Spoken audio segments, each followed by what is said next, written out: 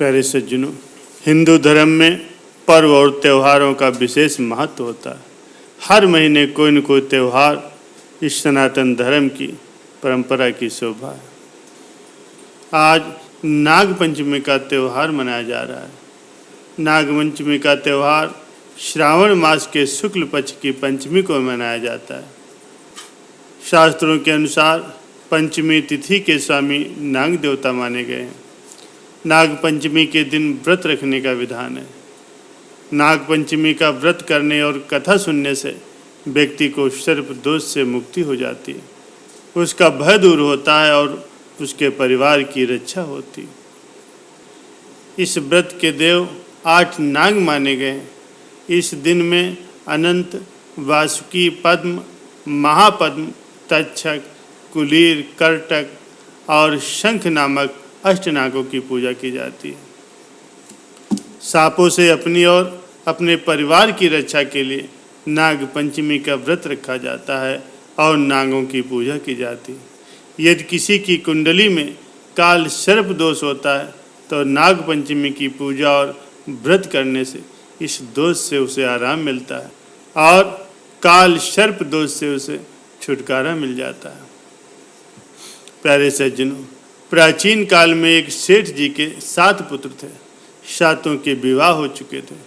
सबसे छोटे पुत्र की पत्नी श्रेष्ठ चरित्र की बहुत ही विदुषी और सुशील महिला थी, लेकिन उसका कोई भाई नहीं था। एक दिन बड़ी बहू ने घर को लीपने के लिए पीली मिट्टी लाने के लिए सभी बहुओं को साथ चलने को कहा, तो सभी अपनी अपनी डलिया और खुरपी लेकर के मिट्टी खोदने लगी। तभी वहाँ एक सर्प निकला, जिसे कि बड़ी बहू खुरपी से मारने दौड़ी। ये देखकर छोटी बहू ने उसे रोकते हुए कहा, इसे मत मारो, ये बेचारा निरपराध है। ये सुन करके बड़ी बहू ने उसे नहीं मारा। तब वो सर्प एक ओर जा बैठा। तब छोटी बहू ने उससे कहा, हम अभी लौट करके आते हैं, तुम यहाँ से मत जाना। ये कह करके वो सबके साथ मिट्टी लेकर के अपने घर चली गई और वहाँ कामकाज में फंस करके सर्प से जो उसने वादा किया था उसे भूल गई। उसे दूसरे दिन वो बात याद आई तो अब वो सबको साथ लेकर के वहाँ पहुँची और सर्प को उसी स्थान पर बैठा देख करके बोली, सर्प भैया नमस्कार। सर्प ने कहा, तू मुझे भैया कह रही है, इसीलिए मैं तुझे छोड़ने देता हूँ, नहीं तो झूठी बात कहने के कारण मैं तुझे अभी डस लेता हूँ। वो बोली, भैया मुझसे बड़ी भूल हो गई, उसकी मैं क्षमा मांगती हूँ। तब वो सर्प बोला, अच्छा तो आज से मेरी बहन हुई और मैं तेरा भाई हुआ, तुझे जो मांगना हो मुझसे मांग ले। वो बोली, मेरा कोई भाई नहीं, अच्छा हुआ जो तू मेरा भाई बन गया। कुछ दिन व्यतीत होने पर वो सर्प मनुष्य का रूप रख करके उसके घर आया और बोला कि मेरी बहन को मेरे साथ भेज दो। सब ने कहा, इसका तो कोई भाई था ही नहीं। तो वो बोला, मैं दूर के रिश्ते का इसका भाई हूँ, बचपन से ही मैं बाहर चला गया था। उसके विश्वास दिलाने पर घर के लोगों ने उस छोटी बहू को उसके साथ भेज दिया।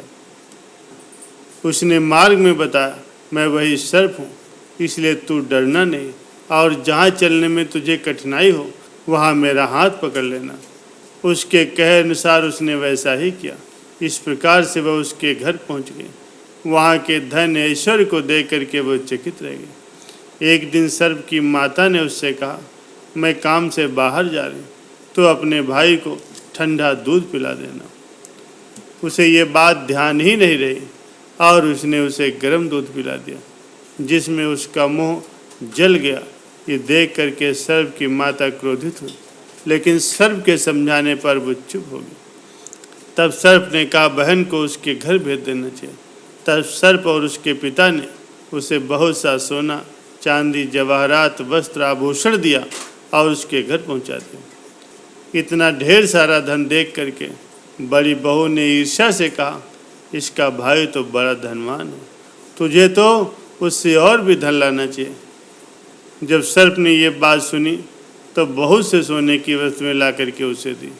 ये देख करके बड़ी बहू ने कहा कि इन्हें झाड़ने की झाड़ू भी अब सोने की चाहिए। तब सर्प ने सोने की झाड़ू भी ला करके दी। सर्प ने छोटी बहू को हीरे मणियों का एक अद्भुत हार दिया। उसकी प्रशंसा उस देश की जब रानी ने सुनी तब वो राजा से बोली, सेठ जी की छोटी बहू का हार तो यहाँ होना चाहिए। राजा ने मंत्री को हुक्म दिया कि उससे वो हार लेकर के शीघ्र ही उपस्थित हो। मंत्री ने सेठ जी से जाकर के कहा, महारानी जी छोटी बहू का हार पहनेंगी, वो अपनी बहू से ला करके मुझे दो। सेठ जी ने डर के कारण छोटी बहू से हार मांग करके उस मंत्री को दे दिया। छोटी बहू को ये बात बहुत बुरी लगी।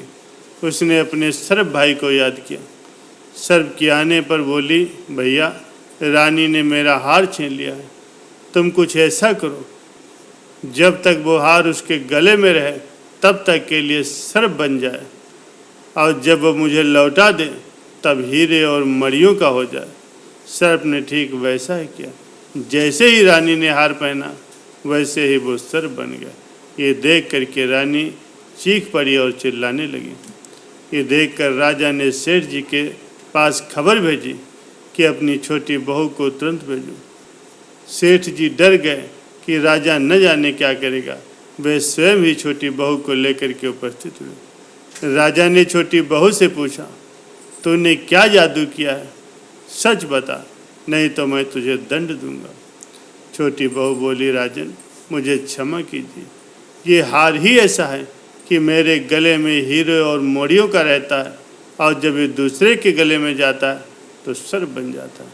ये सुन करके राजा ने वो सर्प बना हार उसे दे करके कहा, अभी पहन करके दिखाओ। छोटी बहू ने जैसे ही उसे पहना वैसे ही वो हीरे मणियों का हो गया।